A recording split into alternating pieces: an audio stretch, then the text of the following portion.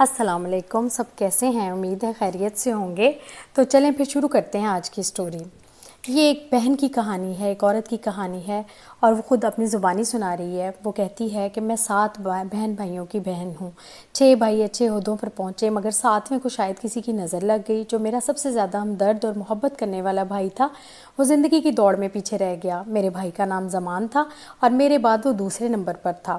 باقی سارے چھوٹے تھے۔ میری والدہ کی دعاؤں سے سب اعلیٰ مرتبے پر تھے، اور لیکن وہ زمان کو بھی دعائیں دیتی تھیں۔ سب بچوں سے زیادہ اس کو چاہتی تھی۔ مگر ایف اے کے بعد کیا ہوا کہ وہ پولیس میں بھرتی ہو گیا۔ اگرچہ پڑھنا چاہتا تھا، لیکن والد صاحب کا خواب تھا کہ ان کا ایک بیٹا پولیس میں افسر بنے۔ والدہ اس امر کے خلاف تھی، لیکن والد صاحب کے اصرار پر اسے پولیس میں بھرتی ہونا ہی پڑا۔ بھرتی تو وہ ہو گیا، لیکن میری آخرت کا خیال رکھنا۔ اور والدہ نے اس کو کہا کہ بیٹا دیکھو، میری آخرت کا خیال رکھنا، کبھی حرام نہ کھانا۔ بھائی زمان نے ماں کی یہ بات گرہ میں باندھ لی۔ اس محکمے میں 10 سال اس نے سروس کی، کبھی ایک پیسہ بھی حرام کا اپنی جیب میں نہ ڈالا۔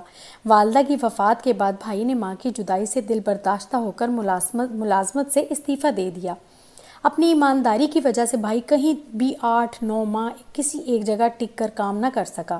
زمان بھائی کی بہادری کا تو یہ عالم تھا کہ ایک بار ایک مجرم کو پکڑا تو اس نے بہت کہا کہ انسپکٹر پلیز مجھے چھوڑ دو، تو میں تمہیں اتنا پیسہ دوں گا کہ تم مالا مال ہو جاؤ گے۔ مگر زمان نے نہ مانا۔ اس نے دھمکیاں دیں کہ اگر مجھے تمہاری وجہ سے جیل ہو گئی نا، تو واپس آ کر تم کو مار دوں گا، اور تمہارے بچوں کو اور تمہارے بہن بھائیوں کو کسی کو نہیں چھوڑوں گا۔ بھائی نے یہ جواب سن کے اس کے منہ پر تھپڑ مارا اور کہیں آگے بڑھا دیا۔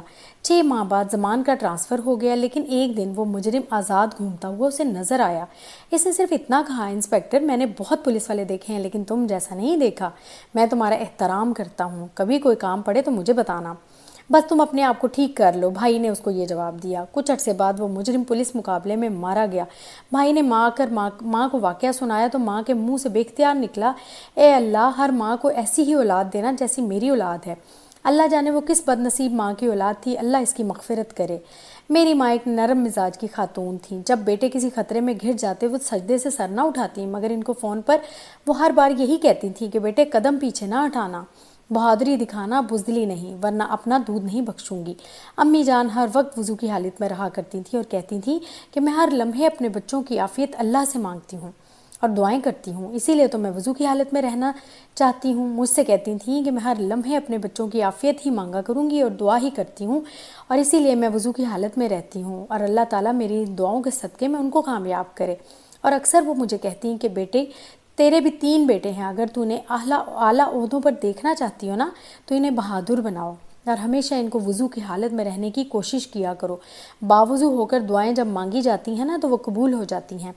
جب مرگ میں مبتلا ہوئیں تو بیٹوں کو اکٹھا کیا اور کہا کہ میرے بچوں، میرے پاس جو زیور میرے میکے کا ہے وہ میں یتیم بچیوں کو دینا چاہتی ہوں۔ اگر میری اولاد میں کسی کو اس پر اعتراض نہ ہو تو میں ان کو بتا دوں کہ اس کا حصہ جو بنا ہے اس کو دے دوں گی۔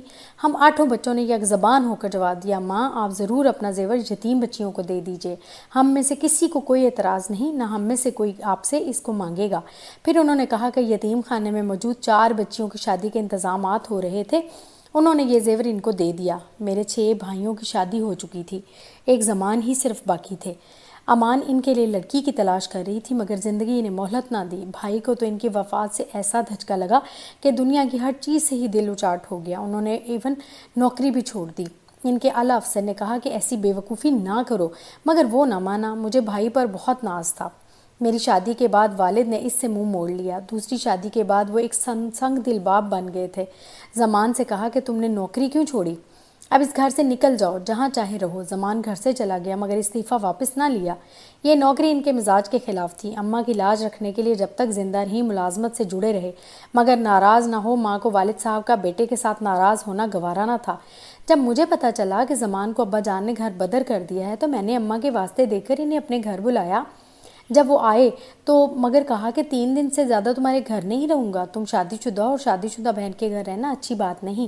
زمان بھائی کی جیب میں 1500 روپے تھے۔ معلوم ہوا کہ ایک وقت کا کھانا ہوٹل سے لے کر کھانا ہے۔ میری آنکھیں آنسو بہانے لگیں۔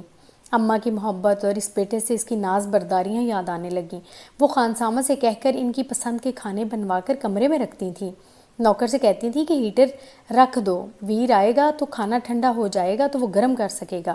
ماں تھی تو مہمانوں کا تانتا بھی بندھا رہتا تھا۔ بیٹوں سے سفارش کروا دیا کرواتی تھی، اور اب یہ عالم کے کوئی سوالی در پر نظر نہیں آتا تھا، جیسے ساری برکتیں ماں کے ساتھ چلی گئی تھیں۔ خاندان میں سبھی کو ایک دوسرے سے گلے شکوے ہوئے تھے، مگر میری اماں نے کبھی کسی کو گلا شکوہ نہ ہوا۔ مگر والد اس امر پر بھی زمان سے خفا تھے کہ وہ ان کی شادی اپنے دوست کی بیٹی سے کروانا چاہتے تھے۔ اس طرح بیوی کے وسیلے سے زمان کی ترقی ہو جاتی، مگر انہوں نے وہاں شادی سے انکار ہی کر دیا۔ ان کا یہ دوست دولت مند تو ضرور تھا، مگر ایمان کی دولت کمزور تھی، سو بھائی نے اس گھر سے ناتا جوڑنے سے معافی مانگ لی، جبکہ ابا جان کہتے تھے مجھے اس سے کیا غرض، تیرا سسر کیا کرتا ہے، یہاں تو ہر شخص ہی رشوت لیتا ہے، اگر تو نہیں لیتا تو یہ تیرا ذاتی معاملہ ہے۔ زمان بھائی نے کہا یہ دولت دوزخ کا سودا ہے ابا جان، ہم کیسے مسلمان ہیں جو ایسا کرتے ہیں، ہمارے دین میں اسے حرام قرار دیا گیا ہے اور ہم اس کو نعمت سمجھ کر لیتے ہیں۔ ابا جان نے کہا لیکچر دینے کی ضرورت نہیں، اگر تم میرے دوست کی لڑکی سے شادی نہیں کرتے تو ٹھیک ہے، اپنی مرضی کرو، اور میرے گھر میں تمہارے لیے کوئی جگہ نہیں، نکل جاؤ یہاں سے۔ زمان بھائی گھر سے تو نکل گئے، چھوٹی موٹی نوکری بھی انہوں نے شروع کر دی، اس کے بعد وہ سعودی عرب چلے گئے۔ جب مجھ سے ملنے آئے اور بتایا کہ سعودیہ جا رہا ہوں تو میری آنکھوں سے آنسو بہنے لگے۔ میں نے ان کو دعائیں دیں، سلامت رہیں، اللہ آپ کو کامیابی دے، ان کو دعائیں دے کر رخصت کیا۔ اب میرا اکثر فون سے ان پہ رابطہ رہتا تھا۔ کچھ دنوں کے بعد ان کو ایک فرم میں ملازمت بالآخر مل ہی گئی، اور بہت خوشی سے انہوں نے مجھے فون کیا اور میں نے اللہ کا شکر ادا کیا۔